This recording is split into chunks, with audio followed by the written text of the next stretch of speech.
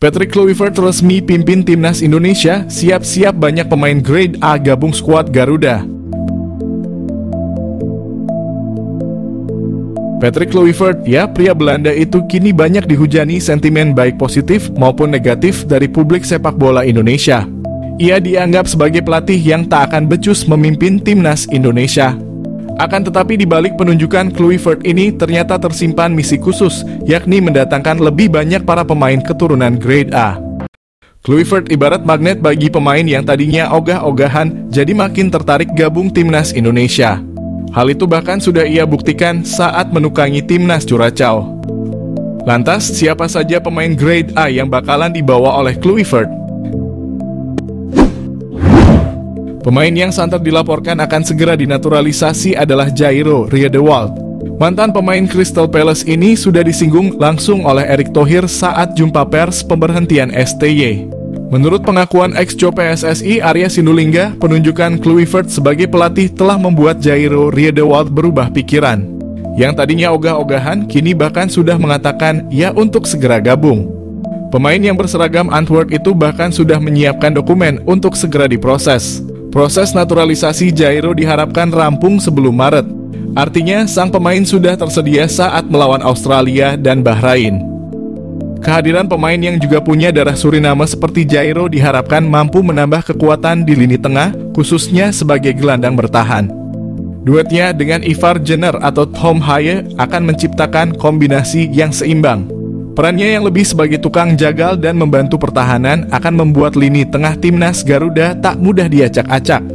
Selain Riedewald, gelandang lain yang dilaporkan akan gabung timnas gara-gara keberadaan Kluivert adalah Joy Pelupessi. Pelupessi adalah pemain yang punya darah Maluku dari pihak sang kakek.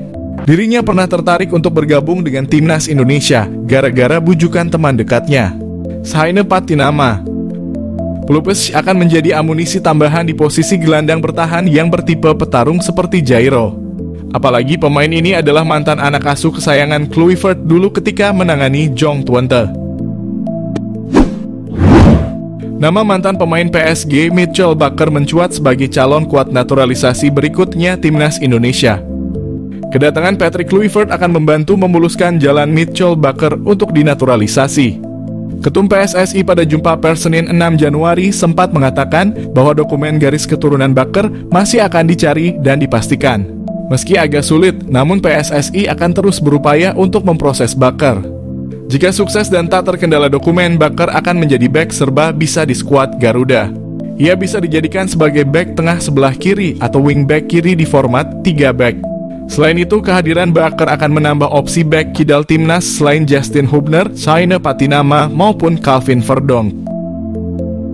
Namun, jika gagal mendapatkan bek kiri sekelas Bakker, tenang saja, ada bek kiri lagi yang sama-sama punya kualitas grade A. Ia adalah Jayden Oosterwolde. Bek kiri yang juga serba bisa di beberapa posisi ini juga berpeluang gabung pasca kehadiran sosok Kluivert. Sebenarnya dulu Jayden Oosterwolde sempat akan dinaturalisasi oleh PSSI. Pada tahun 2021, PSSI sempat melakukan kontak pada Jayden yang saat itu bermain untuk FC Twente. Namun saat itu sang pemain menolak dengan alasan ingin menunggu panggilan dari timnas Belanda. Seiring berjalannya waktu, kini ia tak kunjung mendapatkan panggilan itu. Pasca kehadiran Kluivert, timnas Indonesia berpotensi diperkuat beberapa pemain naturalisasi tambahan pasca Struijk. Struijk adalah pemain yang berposisi sebagai bek tengah. Pemain 25 tahun ini akan jadi opsi pelapis yang tepat bagi Jay dan Mads Hilgers. Ia akan jadi opsi yang lebih muda daripada Jordi Amat. Melihat perkembangan sepak bola timnas Indonesia yang menarik perhatian mata dunia.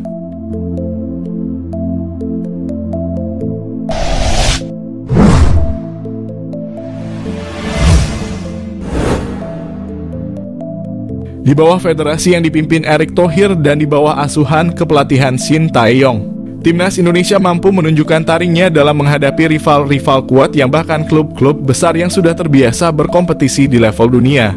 Melihat kondisi timnas Indonesia saat ini yang menjadi perbincangan karena hasil positif yang diberikan, kini banyak mereka para pemain keturunan yang menginginkan untuk dipanggil Indonesia.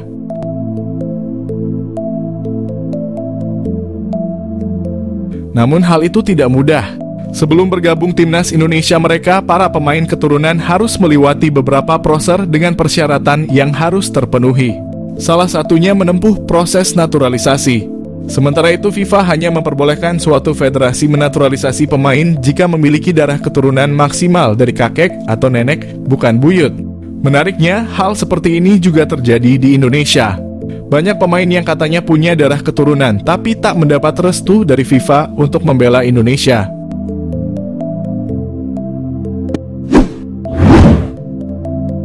Selama 2 tahun terakhir, timnas Indonesia selalu dikaitkan dengan pemain belakang Leeds United, Pascal Struijk. Dirinya memenuhi syarat untuk membela 3 negara, yakni Belanda, Belgia, dan Indonesia. Namun, sang pemain tak kunjung memutuskan nasibnya. Pascal justru lebih memprioritaskan Belanda dan Belgia ketimbang Indonesia. Namun rekan setim Pascal Struijk, yakni Joel Piroe, juga pernah dirumorkan memiliki darah Indonesia. Media-media Indonesia menyebut Piroe memiliki garis keturunan Jawa dari leluhurnya yang berasal dari Suriname. Netizen sempat beranggapan kata Piroe berasal dari bahasa Jawa. Ternyata bukan. Adanya kata Piroe dalam nama Joel Piroe ternyata karena dirinya memiliki darah Suriname dan India. Sedangkan Piroe dalam namanya memiliki lafal Piru bukan Piro. Di FC Twente pun begitu. Timnas Indonesia tidak hanya bisa menggait Mas Hilgers. Namun Indonesia juga dirumorkan bisa menggait 2 penyerang FC Twente sekaligus. Salah satunya adalah Daan Rots. Dirinya dikabarkan juga memiliki darah Indonesia. Namun belum dikonfirmasi dari garis keturunan ayah atau ibunya. Munculnya rumor itu disambut baik oleh para penikmat sepak bola lokal. Mereka paham bahwa Rots memiliki kualitas yang bukan kaleng-kaleng. Pemain yang berposisi sebagai sayap ini dikenal sebagai pemain cepat, lincah, dan tajam.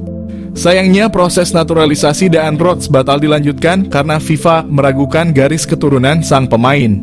Baik PSSI maupun sang pemain memang kesulitan untuk membuktikan garis keturunan Indonesianya. Lalu pada bulan Agustus 2024 Rots pun muncul di podcast Yusa Nugraha. Dalam sesi wawancara itu, ia mengkonfirmasi hal tersebut.